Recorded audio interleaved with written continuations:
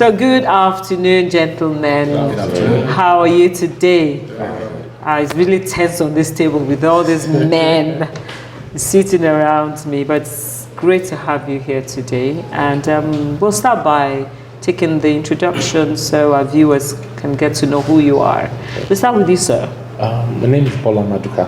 Right. And I'm an IT consultant. Oh, great. Yeah. The IT people. Yeah. Thank you, Mr. Maduka, for being part of this program. You're an IT consultant, an amazing, proud parent of Meadow Hall. Yes. So we're really, really glad to have you here. And also the chairman of our Meadow Hall Education Board. He wears many caps. You're welcome. Thank you. Thank you so much, Mr. Maduka. Yes, sir. Yes, good afternoon again. My name is John Ofeso. I'm the principal for Meadow College. And the big boys and girls. And it's a great pleasure to be on this platform. Thank you so much, Mr. Ofeso, an amazing principal of the college. Thank you for all you do for our children. Thank you. Yes, sir. Yeah, Binga Samuel is the name. I serve as the country coordinator for Equip Nigeria. Country coordinator. Very happy to be here. Thank you so much. Awesome to have you guys here today. And as we know, at Talk, we discuss different things around education and around different stakeholders within the sector. So sometimes it's about the teachers, sometimes it's about the policymakers, sometimes it's about the students. And our focus today is really around the students, specifically boys. Specifically boys. We want to talk about the boys. That's why, sometimes or quite a number of times women will sit down, we'll discuss, but truly I think it's time to hear from the men. Are we ready? Good to go. Yes, Are you sure there's no few problem that's going on right now that's occupying your mind? Or no cash? No cash. So God will help us. Honestly, what's going on right now, we just don't even know how to go about it. But I paid my vulcanizer with a transfer. Oh wow. That's a new one. Honestly, I'm sure the guy is like, what? It's when I look at the naira, I say to my driver, sometimes I want to give him a tip. I said, this is like gold right now. This is like gold I'm giving you. All right. I hope everything works out well soon. All right, so we're talking about boys.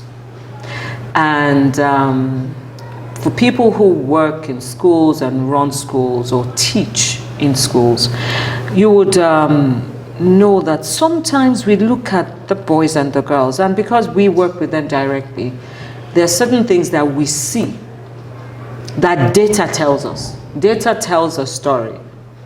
Actually, I would also say that data corroborates a story. Yeah. When you look at data, and for whatever reason, maybe you've seen something, maybe a research that says something, and then data corroborates it. And research says that girls usually, especially when they're younger, they do much better than boys. They're better in planning their work, they turn in homework, they take their learning more seriously than the boys. The boys just want to play and have a good time. So, and it shows in their work, of course, it shows in the outcome and the output, because they are kind of just more determined, more serious and all that.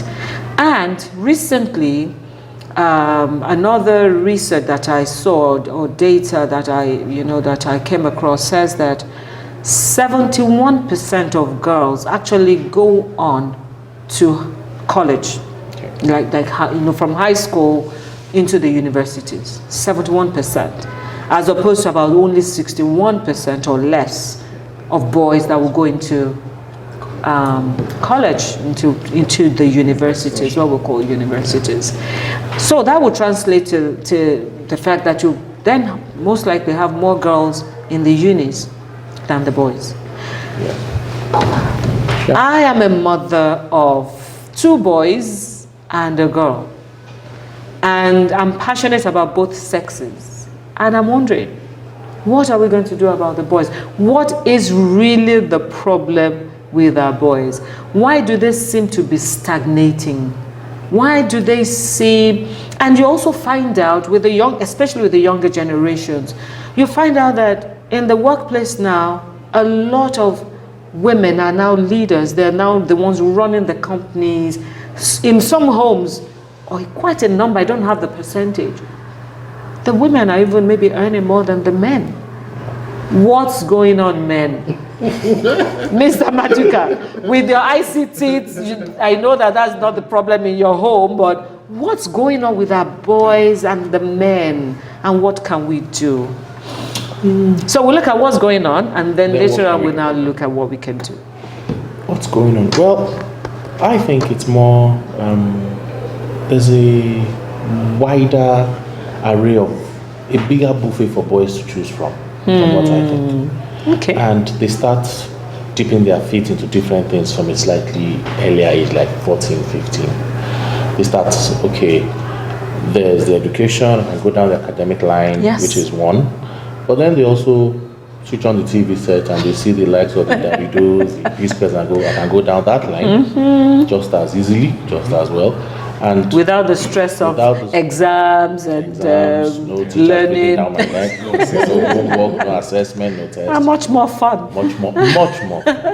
And every Saturday he sits down with his friends and they're watching Arsenal, they're watching Man U, they are hearing this person, a 21-year-old boy just signed for Chelsea for 100 million euros. And he's thinking to himself, why can't that be me? So he slowly, a lot of them now slowly start slowing down in academics and think, this is an easier path to my better future. And so I think that's what happens. So by the time he's turning 18, time to pick a university, time to move on with academics, he starts asking his parents, oh, by the way, can I buy a guitar? Can I get a pair of football shoes? Oh, I like tennis. I see myself as the next Federer. Women are just So more true. focused on, look, this is what my path is, this is where I'm going. I don't know if it ends up with getting married with kids, but they just have a clearer path, if you ask me, on what to do. So I think that's where the boys are just a bit. Interesting perspective. To be honest, and it's so true. Oh, you know, the amounts that those football players earn is even, sometimes I feel even pain that is like, this is unfair now. This is unfair. How can entertainment, you know, and those of us that work so hard, you know, so of course that's what the children are looking at, and look at the musicians as well. Why bother? Thank you so much for that, Mr. Matuka. So, Mr. Fesua, what would you say is the problem with the boys you're working with? For me, well, I'm going to pick a cue from what Mr. Maduka said, and my cue is pretty much simple.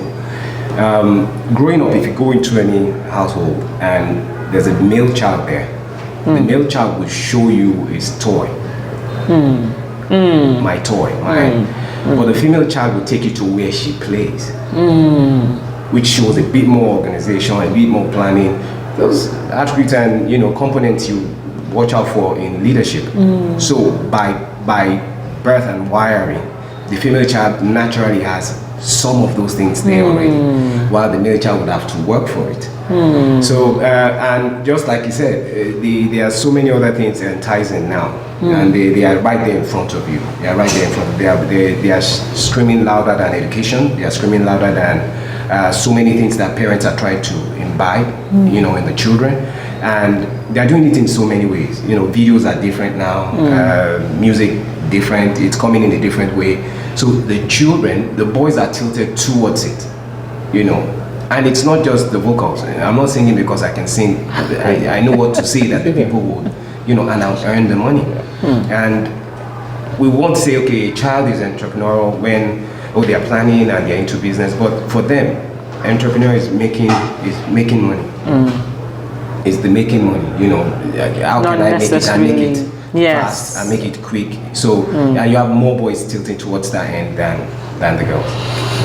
Interesting. I like the analogy at the beginning, because really it just put my mind back, and It's true, the girls will take you where they play, it's organized, they have, you know, this and that, and it's all, you know, the pretend play stuff. You had see the dollhouse, and what, you know, you can actually go in and see. Well, the boys will just show you, okay, that's the new car, the latest car my mother bought for me. So it's so true. And then, of course, yeah, I like the thinking, because we're talking about the business. So they just making money, but making money is not a full business. Yes. It's just, okay, ability to sell, but that doesn't make you a business person. Doesn't make you an entrepreneur. Yeah. Really. So thank you for that. Mr. Samuel. Yeah, very, very interesting thoughts on Mr. Maduka and Mr. Francois. What I would add to that is parenting. How are we raising the boy child? I work with the young people in preparing their TEDx talks, and I remember the last year, one of my students came up with a talk titled Double Standard Parenting. And essentially she was talking about the difference between how the girl child is raised from the boy child. And she talked about the fact that her parents will always say she needs to learn how to cook, but her brother didn't have any of those pressures. And the best they could do was make noodles. So she was making a case for having the same standard. And she did say that, for example, boys are pushed or do some kind of sports, and girls are protected from those activities. So I see that a lot of our attention is given to the girl child when it comes to parenting. If we bring it home, even here in Africa, what we think about the girl child, how the girl child is protected from societal ills and all of that. But what happens to the boy child?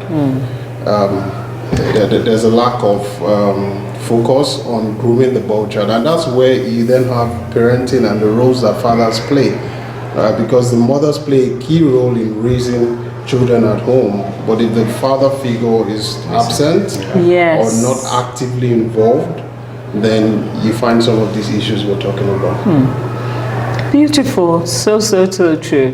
My daughter would love you, because she's always, everything I'm talking about, you're going to your husband's house, you better learn this, you better learn that. And of course she does the cooking. When I was raising my first child, for example, why should he go into the kitchen to cook? Because I wasn't teaching them exactly how to cook. Why are you looking at me? So really, we thought, you know, so but thereafter I'm like, you better learn how to cook. The girls of today, you have to cook as well. So I'm cooking, you are cooking. You know, so yeah, it's the way we had the emphasis when with the boys and the girls differ, and I think it's part of the issues. Now you have all boys, you have the two, right? Yes. So do you think that, what are you doing to ensure that your girls and your boys, you are trying to, you know, prepare them for the world, because they're both going to grow up and go into the world? Are you conscious of that? Well, yes, I am. I must confess, a bit more with the boy Okay. than the girls. But generally, I try to, because as parents, you've got stories, you know. And one thing I keep telling parents is, share your story. The good, the bad, the ugly.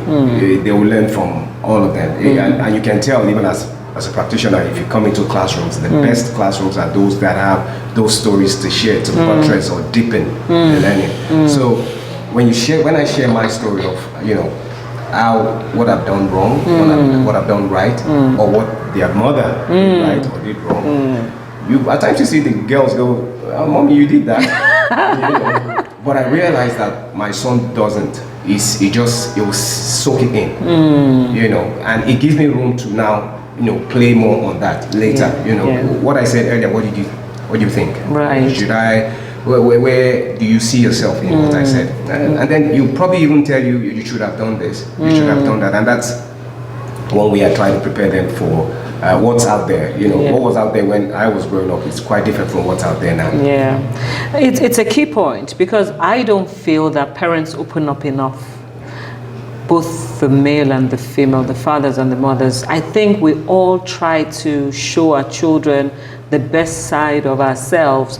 Meanwhile, people learn from mistakes, the mistakes of others, or especially of their parents. Okay, so sometimes people have to experience something before they get it. That's the truth. But when daddy, that I look up to, says, you know what? I probably did this wrong, and these are the lessons. These are the consequences of what I did. I think it's such a strong lesson. It passes such a strong lesson to the children. How are we? Are we truly able to share some of our mistakes? Because I think dads like to be like a role, and you're still a role model. But then, are we really able to be vulnerable enough? Who does on this table? I think I'm learning because my own growing up experience, my dad wasn't vulnerable with me. I didn't have the opportunity to have simple conversations or honest conversations where he would tell me what his own experiences were. So having that kind of experience and being groomed that way, I think it made me more intentional with my own children to say, no, I want to be vulnerable. I want to be able to have... And hands-on as well. Yes, and be involved and be able to speak to them and have good conversations with them. Lovely. Thank you so much. How do we get them to open up? How do you get your children to, okay, even if you don't share everything with them, how are you able to get your sons to open up? To tell, because I'm so sorry, a lot of what is happening, I think, has to do with they're not sharing with their parents. They don't feel, so they're being taught and tutored by their friends. So how do you get a son to open up to you? I think for me, you have to come down to their level, if you ask me. You have to do what they do, so they kind of don't see you as a threat, don't see you as the enemy, as one of them. They see you as, okay, he's one of us. So I do everything they do, pretty much. Such as? A few years ago, my children discovered anime, which is Japanese. Okay. I used to a long time ago, so I said, okay, before I let you go into this world, I have to sit down and go with you, pretty much is what I did. So everything they watch, I watch. I might not watch all of it because there's a lot of it to watch, but I get to know what it's about. So when they sit down on it, I can now use examples from what they are used to talk to them. And I realized that it works pretty much okay for me.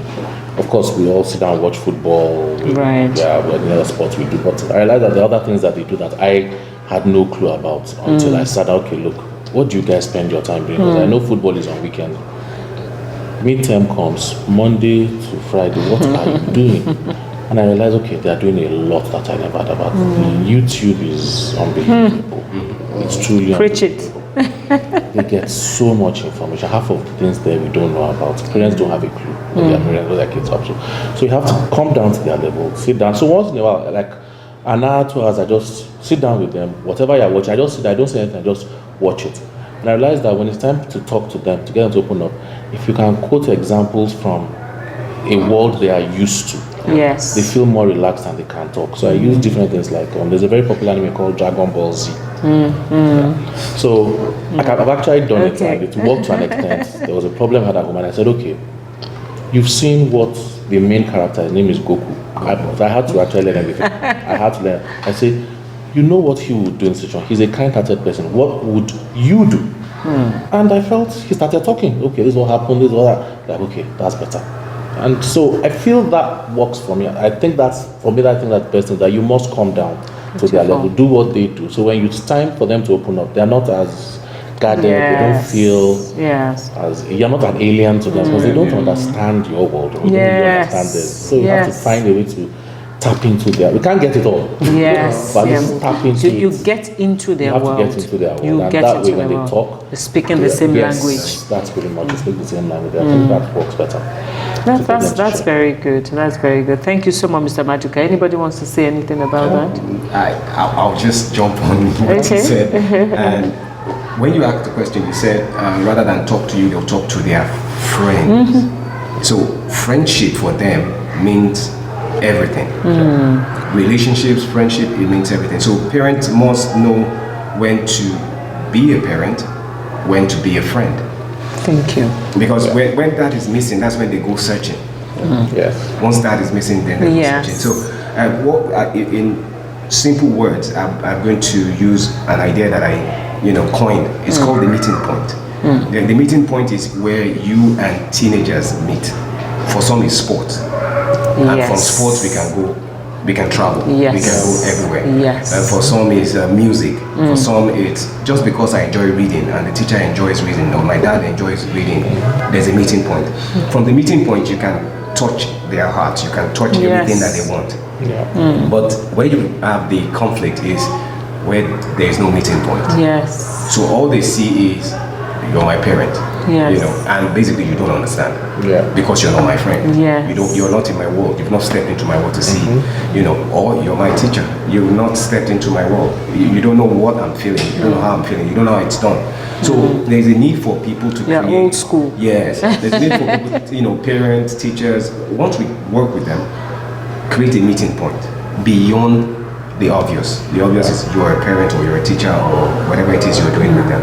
So the meeting point is key. It gives room for you to do as much as you can do with them. That's lovely. I like the idea of the meeting point.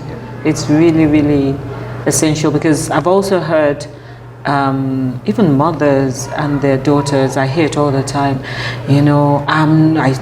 my daughter is not my friend, I'm the mother.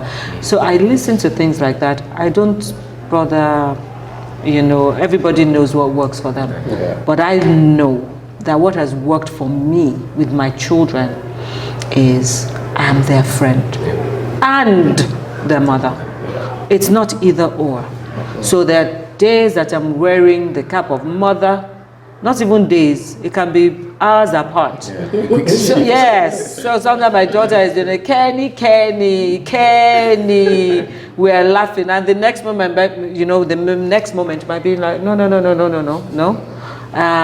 This is what you need to do, and so it shifts. Yeah.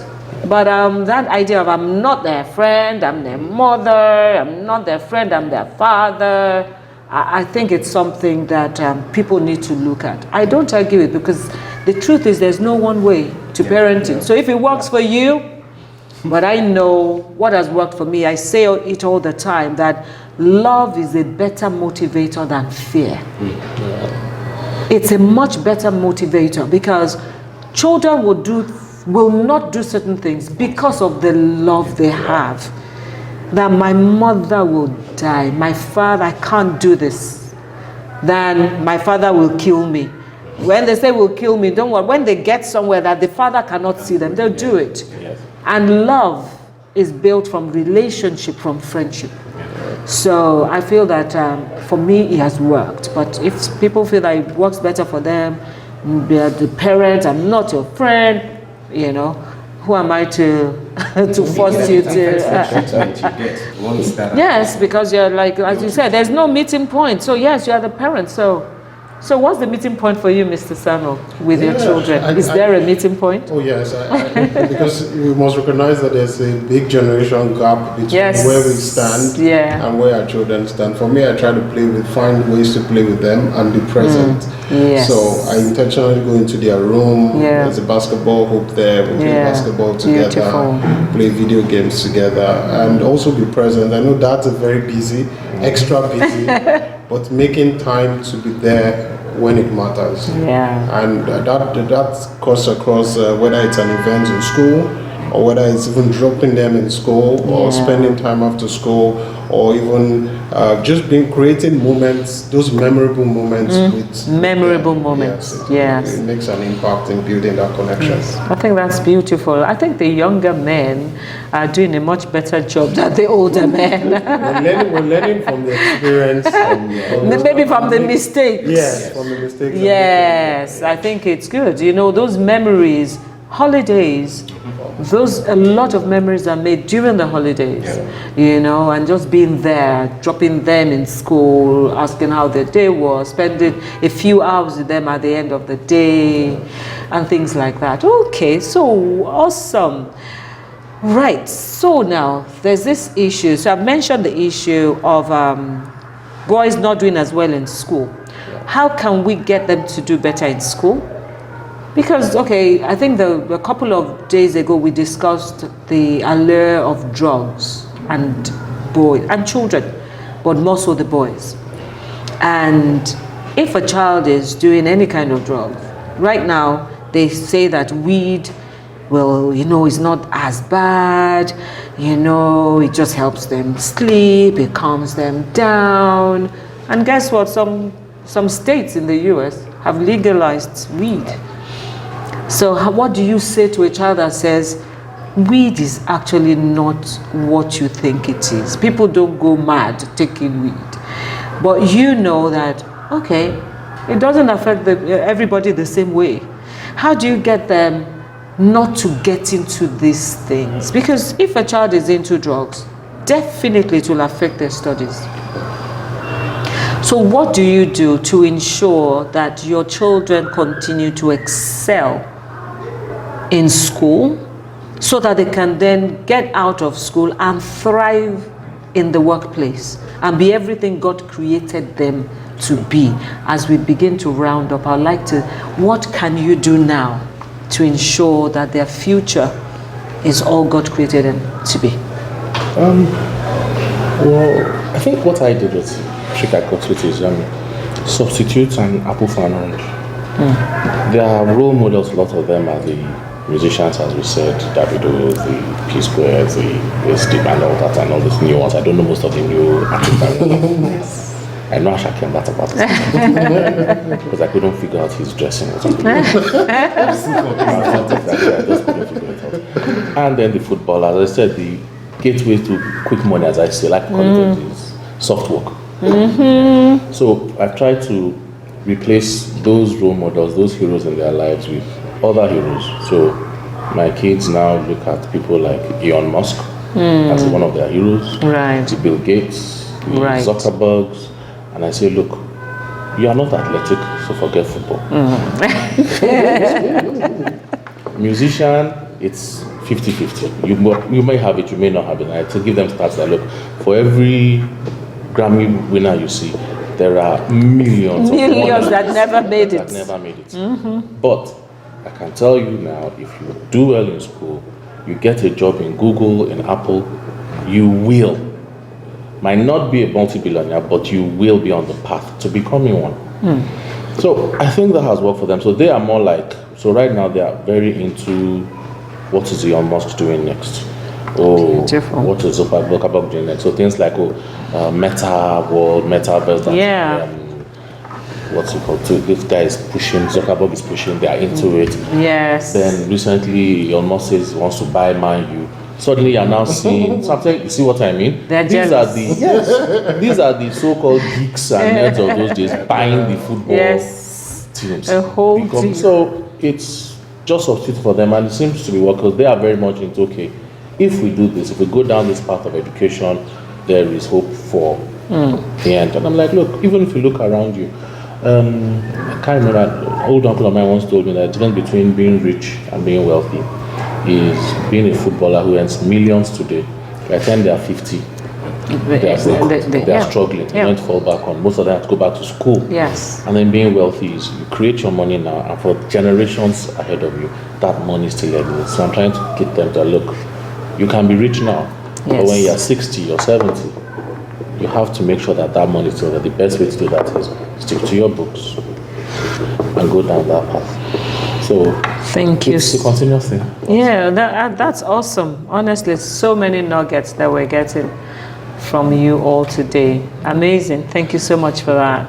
Mr. Fesua. So it's explaining it in three phases. The first phase is when you hold the child and you're leading. Meaning you're pointing out things, you're explaining things, this is how you should work, this is how you should, your family, business, career. Then there's the second phase where you walk side by side.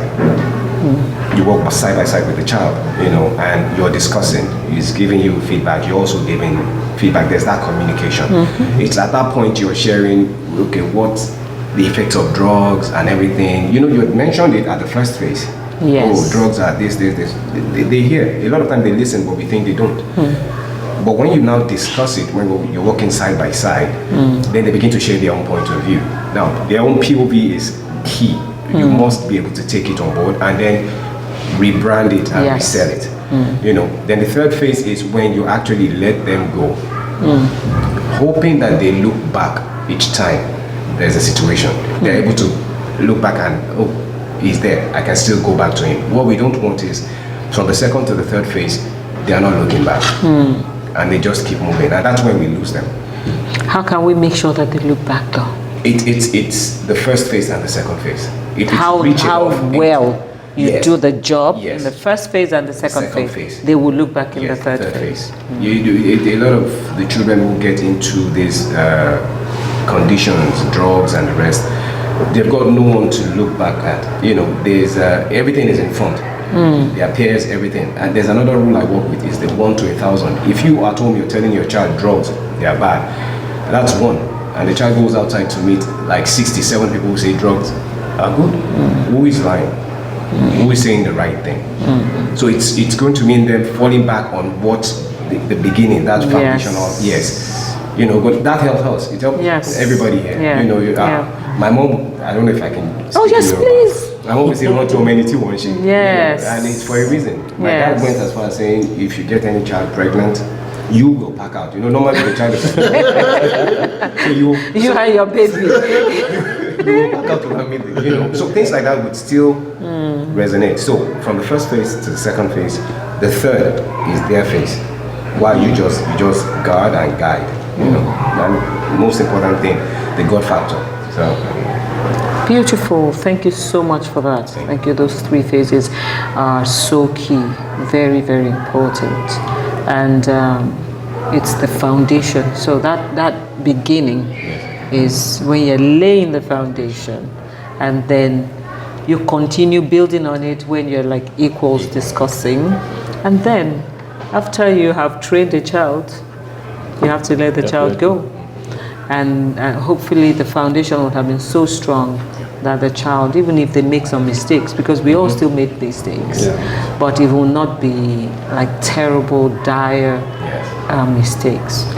Beautiful. Thank you so much, Mr. Samuel, as we round up. Yeah, I'll just add to what Mr. Afeswa said. I think I also work with teenagers in church. So even though my boys they're not yet teenagers, I work with teenagers in church. And what I see is that parents are now delegating the responsibility of grooming their children to school, And to church, to the community. So and to their wives. Yes. So we have to go back home. Everyone needs to take responsibility for their children and teach them from the house. Because if we do that and we're not waiting for school is an add-on. Church, we say in church, I see your children once a week for 2 hours. They are with you all week. But What did you do? Yeah, what did you do? What did you teach them? So I think we need to do more at home. Go back to the days of family altars, where we teach these values. Because if we infuse these values at an early age at home, we'll build a culture and eventually a community of right values. So I think that's very important. I also think that these young people would grow to stages in their lives where they would make their own decisions. So we need to prepare them. We need to know that at some point we can give them our own thoughts on these issues, but ultimately they're going to leave the house. So we need to prepare them to know how to make the right decisions when there's pressure from the society, from friends, from what they can see, from the culture of the day. They would be able to then make the right choices based on what we have taught them. Thank you so much. Awesome. I've learned so much. So much, difference between the rich and being wealthy, replacing the apple, the orange with the apple, the meeting points, so key. Learning from the mistakes of our parents is so key. Spending quality time with the children, with our boys is so important. I would also talk about the social emotional learning. Developing those social emotional learning skills in our boys, and that's basically all we've been talking about. Self-awareness. When a child knows how to reflect, they know, they understand confidence. They are confident. They know their strengths. They know their weaknesses. You know, they have a growth mindset. All that. You know, I'll be focusing on time because all those things need time. You know, when a child is confident, they know who they are. And then part of social emotional competencies that they need is self-management, impulse control. How do they control their hormones when they become teenagers? How do they control their behavior? How do they control their pain, their hurt? Self-management, impulse control, things like that. You know, how do they set goals? So they're looking ahead, they know what they're working towards, and they're ready to put in the work because they know that, oh, to get rich and not rich quickly, I need to do this, I need to train myself there. That we talk about the social skills they need, relationships, teamwork, you know, asking for help, you know, empathy, how to do understanding diversity, and then decision making. We talk about making decisions all the time. How do they, it's a process. Decision making is a process. What are the step-by-step ways we've showed them how to make decisions? So when we do all these things, I think that's all wrapped up in time. Fathers need to find time, more time for their children. It's not just about bringing home the money and all that. It's actually, as we have all talked about, spending time and being able to develop all these things. You guys are awesome fathers. Awesome. Please clap for yourselves. Awesome. I've learned so much, and I feel that by the time we do all these things, our children will do better. Boys will begin to do better. They begin to, you know, become everything God has created them to be. The God factor we can't live out. For those who are not Christians, even if it's not family altar, you know, there's family values. That in our family, this is what we do, or this is what we do not do. So it's so important. Thank you all. I've enjoyed this time with you. God bless you. Thank you. All right. Thanks. Bye.